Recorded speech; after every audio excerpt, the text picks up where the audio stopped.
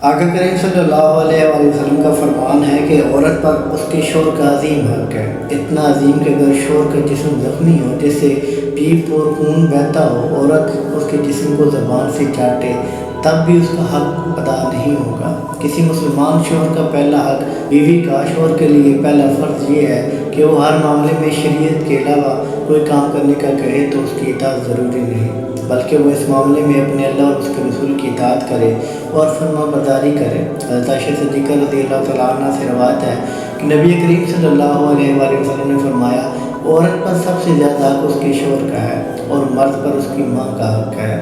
اور ایک اور جگہ نبی کریم صلی اللہ علیہ وآلہ وسلم نے فرمایا ہے کہ غیر اللہ کو اگر سجدہ کرنا جائز ہوتا تو میں عورت کو حکم دیتا کہ وہ اپنے شوہر کو سجدہ کرے۔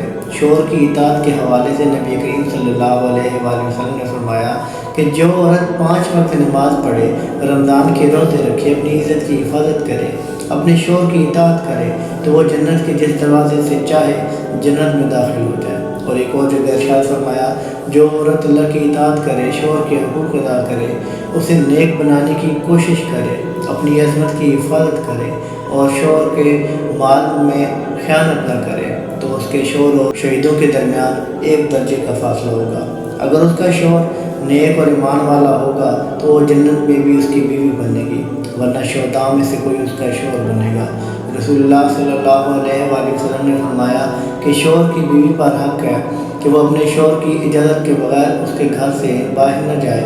بیوی کا فرض ہے کہ وہ شوہر کے سامنے زبان درازی نہ کرے اور اپنے شوہر کے رشتہ داروں سے لڑائی جھگڑا نہ کرے۔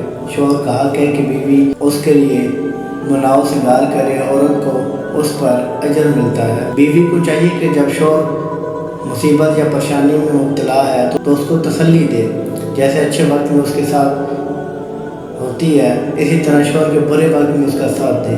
بیوی اس کی عدم موجودگی میں تمام گھر کی حفاظت کرے، اس کے ساتھ اپنے شوہر اور اس کی عزت کی آبرو کی حفاظت کرے۔ اللہ تعالیٰ کا ارشاد ہے کہ نیک عورتیں شوہر کی عدم موجودگی میں اس کے گھر، اس کے مال و جان، اس کی مال و متاع، اس کی عزت آبرو کی مکمل حفاظت کرے۔ سورہ روم۔ شوہر کے گھر، اس کے مال و متاع کی اس طرح حفاظت کرے، اس کے مال کو بے جا خرچ اور فضول خرچی نہ کرے، اس کے مال کو کسی کو نہ دے۔ اسلام نے عورت کو یہ ذمہ داری قرار دی ہے کہ شوہر کو جس کے گھر میں آنا پسند نہ ہو تو اس کی اجازت کے بغیر گھر نہ آنے دے۔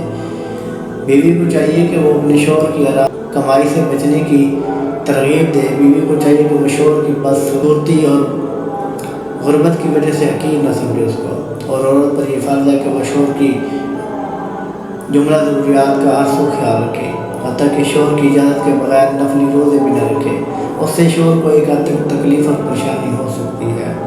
حضرت ابو ہریرہ رضی اللہ تعالیٰ عنہ سے روایت ہے کہ نبی پاک صلی اللہ علیہ وآلہ وسلم نے فرمایا کہ کسی عورت کے لیے حلال نہیں ہے کہ وہ اپنے شوہر کی موجودگی میں نفلی روزہ رکھے مگر شوہر کی اجازت سے، البتہ شوہر کو چاہیے کہ بلا وجہ نفل رکھنے سے منع نہ کرے، اور اللہ اس کے رسول صلی اللہ علیہ وسلم نے شوہر کی اطاعت کو تمام نفلی عبادت پر فوقیت عطا کی ہے، لہذا جو ثواب عورت کو روزہ رکھ کر ملتا ہے اب شوہر کی اطاعت کرنے سے اس کو اس سے زیادہ ثواب ہوگا۔ اس لیے عورت یہ نہ سمجھے کہ وہ روزے سے محروم ہو گئی ہے۔ اللہ تعالیٰ نے ارشاد فرمایا کہ میں اس وقت تک راضی نہیں ہوتا جب تک تمہارا شوہر تم سے راضی نہیں ہوتا۔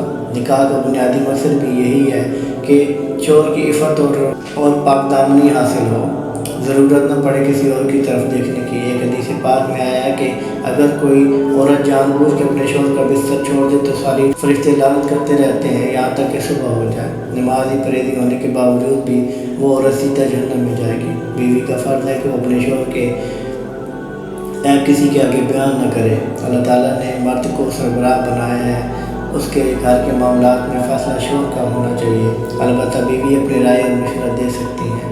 اللہ تعالیٰ نے مرد کو بھی ہدایت دے رکھی ہے اور طلبگار بیوی کی خوشنودی کا خیال رکھے، لیکن فیصلہ مرد کا ہوگا۔ بیوی کا فرض ہے کہ اگر شوہر میں شریعت کے خلاف کوئی چیز دیکھے اس سے ادب سے منع کرے۔ اگر بیوی چاہے کہ ہر معاملے میں اس کا ہی فیصلہ ہو، وہ سربراہ بن جائے تو یہ فطرت کے خلاف ہے اور اس کا گھر بربادی کے سوا اور کچھ نہیں ہوگا۔